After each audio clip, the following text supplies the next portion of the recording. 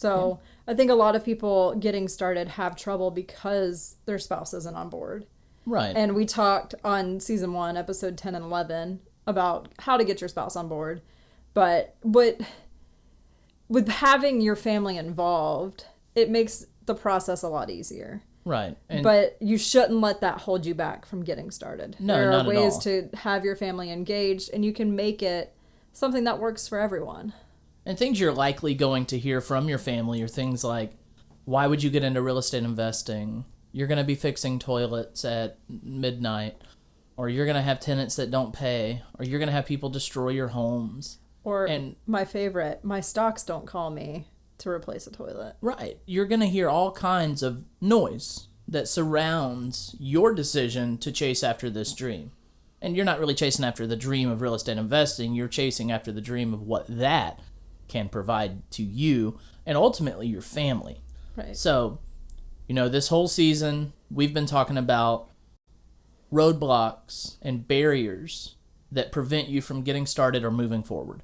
And this one is one that at times really does just completely stop someone in their tracks from ever making that first step. When you go to your spouse or you go to your partner and you say, this Thursday there's a real estate meeting, it's 30 minutes away, I'd really like to go and I'd really love for you to go with me. And if your spouse or partner says, well, I think that's really dumb, there's so much to do around the house, you should spend your time here because there's so much to get done here. And, what do you do with that? What do you do with that challenge of where you spend your time?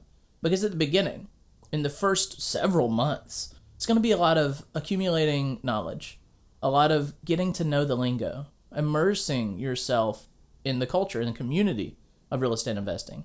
And to your spouse or partner, unless you're talking about what you're learning and they're on that journey with you, they're going to just see it as something equivalent to you got a new video game and you're halfway through a campaign.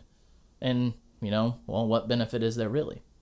So we're going to go through the different things that you can communicate with your spouse or partner and how to get them not just, understanding of the business, but interested and fired up to be a part of it with you. Right.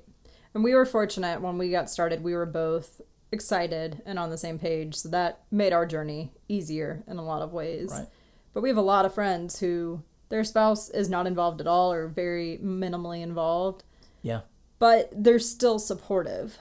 And I think it's a give and take on both sides. Exactly. And as you're wanting to pursue this, incentivizing your spouse to come along with you. Mm-hmm. I know Brandon Turner from Bigger Pockets and Open Door now, Open Door Capital, not Open Door, the big conglomerate. Big difference there.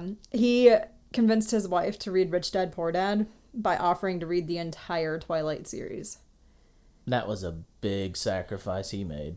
Yeah, I mean, I've read the books. They're easy reads. But I couldn't even stand to watch the opening scenes of Twilight, let alone reading the series. But would you do it if it meant your spouse was reading a book that changed your perspective? So, yeah, that sense of compromise.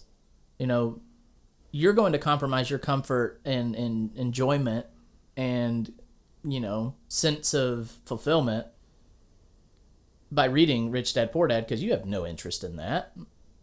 And I'm going to completely sacrifice what I would enjoy by reading Twilight. Right.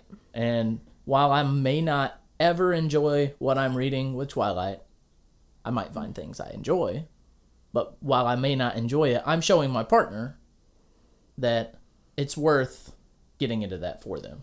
It's valuing what your partner values and Exactly. being willing to invest in something your partner's interested so that they will invest in what you're interested in. Mm-hmm. I think it was a good trade-off. I mean, it clearly worked. At the end of the day, he could have conversations about Twilight because while he may not have enjoyed it, he gained knowledge. Right. Like, can you imagine, this person turned into a werewolf and then ran through the woods and saved something. I don't know anything about Twilight. Yeah. I know it's werewolves and glittery skin. Yeah, I think a lot of the point of it is you're understanding your partner better and what makes them tick. And it opens a door to really understand their why for life and what they want in their dream life. and encouraging them to dream big. Because I think a lot of us just live life thinking that where we're at's all we're going to get, and that there's not a possibility. It's not for me to have this grandiose life. So you got to be very, transparent in saying, here's why I want to do this. Here's how we as a family are going to benefit. By you allowing me to, not just allowing me to do this, but supporting me through this, I'm shooting for a better future for us. Right. And they may get caught up on, well, how much money is it going to take? Are you going to put us in a financial situation? Are you going to be away from the family for a very long time? Well, there's things that you can do to mitigate those concerns.